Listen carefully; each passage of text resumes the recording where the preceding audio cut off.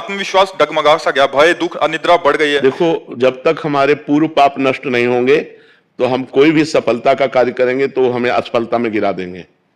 हम बहुत सकारात्मक सोच रखना चाहेंगे, हमें नेगेटिव सोच में पहुंचा देंगे।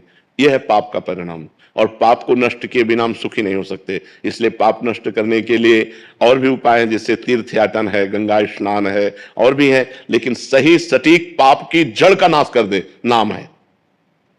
नाम संकीर्तनम यस्य सर्व पाप प्रणाशनम।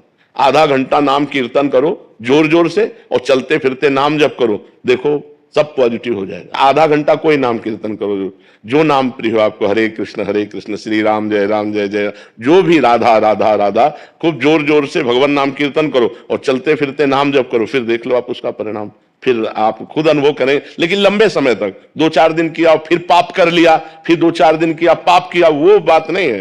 पाप आचरण रोक करके लंबे समय तक करो तो तुम्हारे पाप नष्ट हो जाएंगे, सफलता हाथ लग जाएगी। सबको सफलता क्यों नहीं प्राप्त होती, सबको सुख प्राप्त क्यों नहीं होता, लेकिन सब लोग सुख के लिए ही कार्य करते हैं और दुख क्यों प्राप्त होता है, उसका कारण पाप है। हम पाप कर्म वर्तमान में भी करते हैं, और जो भूत में पाप कर्म किए हैं वो परिणाम में आ रहे हैं, इसलिए हम असफल हो रहे हैं, दुखी हो रहे हैं, चिंतित हो रहे हैं। नाम जप करो, बहुत आनंद प्राप्त होगा, बहुत आनंद। हम कह रहे हैं लोक परलोक के सब सुख आपको प्राप्त हो जाएंगे, आप डट के नाम जप तो करो। जैसे लोग कहते हैं कि नाम जप करने से क्या खाना मिल जाएगा, तुम खाना की बात क्या करते हो। अगर भगवान का नाम जप करो तो लोक परलोक सब जगह सुख प्राप्त होता है। जहां पाप नष्ट हुए तो सुख ही सुख घेर लेता है। और अगर भाई पाप कर्म करोगे तो पुण्य के प्रताप से ये मिल जरूर सकता है, लेकिन तुम्हारा नाश हो जाएगा, अंत में तुम्हारा नाश हो जाएगा।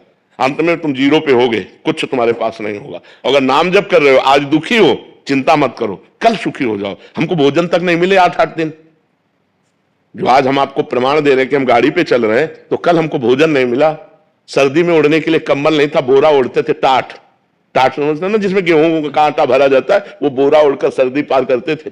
और आज हम आपको क्या बताएं, जब आप समझ लो यही है तो क्या व्यवस्था नहीं होगी।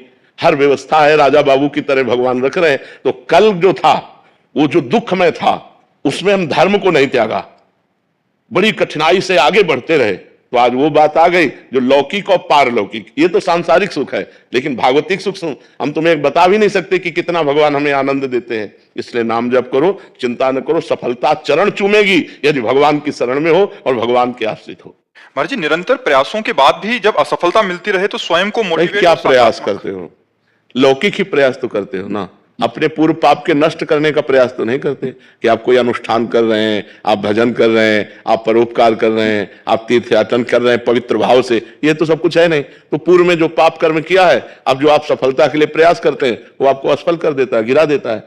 तो आपका प्रयास कोई आध्यात्मिक है क्या? तो फिर बिना आध्यात्मिक प्रयास के आप कैसे विजय प्राप्त कर सकते हैं? जो हमने पूर्व में पाप किए हैं, गलतियां की हैं, वो हमको दुख देंगे ना। हम पढ़ लिख करके अच्छा बनना चाहते हैं, हमको गिरा देंगे।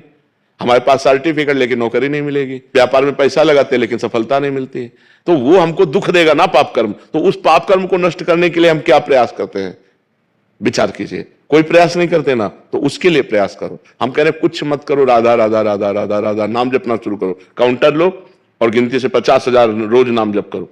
फिर हमें बताओ लंबे समय तक, ये नहीं कि अब 4 दिन बाद हमसे प्रश्न करो कि 50,000 नाम जप किया, हमारी नौकरी नहीं लग गई, हमारा काम नहीं बना। लंबे समय तक जप कीजिए, फिर देखिए सफलता मिलती है कि नहीं।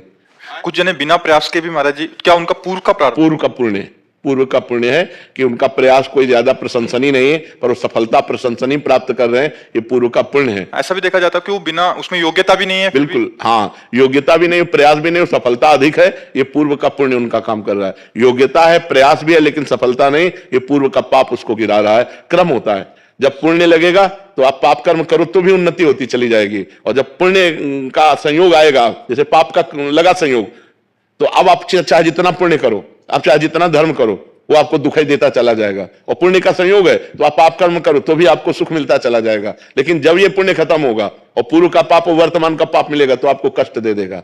और जब उनका पाप नष्ट हो जाएगा तो ये पुण्य और वो पुण्य पीछे का जब मिलेगा तो उनकी उन्नति हो जाएगी। ये एक क्रम है ईश्वरीय, जो ईश्वरी भागवती है, जो क्रम है वो ये है। तो इसलिए नाम जप करो और अपने पापों को भस्म करके आगे बढ़ो, नाम जप करो, ठीक है। प्रतिकूलताओं और हतोत्साहित जब हो जाता हूं, ऐसी स्थिति आती है, तो ऐसे समय में अपने को खुद को कैसे फोकस रखूं और प्रोत्साहित रखूं कि मतलब आगे का मार्ग प्रशस्त हो? जब हम भगवान से चित्त जोड़ देते हैं तो इस प्रश्न का उत्तर अपने आप मिल जाता है, ऐसा बल मिल जाता है कि हम उनको सह सकते हैं। क्योंकि हम भगवान से जब चित्त जोड़े हैं ना, तो हमारा मन आनंदित रहता है। अगर मन आनंदित है तो हम विपत्तियों को रौंदते हुए निकल जाएंगे, अगर हमारा मन आनंदित नहीं है तो फिर हम गिर जाएंगे। और मन आनंदित होगा जब भगवान से जुड़े। तो हम वही बात आपको सिखाना चाहते हैं कि भगवान से जुड़ो, गंदा आचरण मत करो, पाप मत करो, मांस मदिरा का सेवन मत करो, फिर देखो तुम्हारा चित्त कितना आनंदित रहता है। कोई व्यसन ना हो और कोई पाप ना हो और थोड़ा भी भजन होगा तो आपका हृदय आनंदित रहेगा। आप पक्का समझो, भगवदा आनंद से ही हम इन विपत्तियों से लड़ सकते हैं, नहीं तो ऐसी ऐसी विपत्तियां पूछो मत। ये माया इतनी विचित्र है, पूछो मत। भोजन की थाली सामने आई और ढलंग गए, कवल नहीं खा पाए, आराम से टहलते जा रहे, पीछे से टक्कर लगा, मर गए।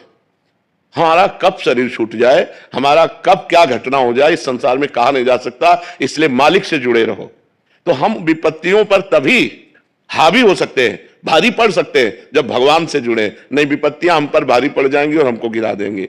आदमी जब निर्णय नहीं कर पाता ना विपत्तियों में, तो जो कर लेते हैं ना, वो विपत्तियों से निकलने का रास्ता सोच लेते हैं, जबकि भारी विपत्ति में फंसा देने वाला है। प्रेत योनि मिलती है करने वाले को।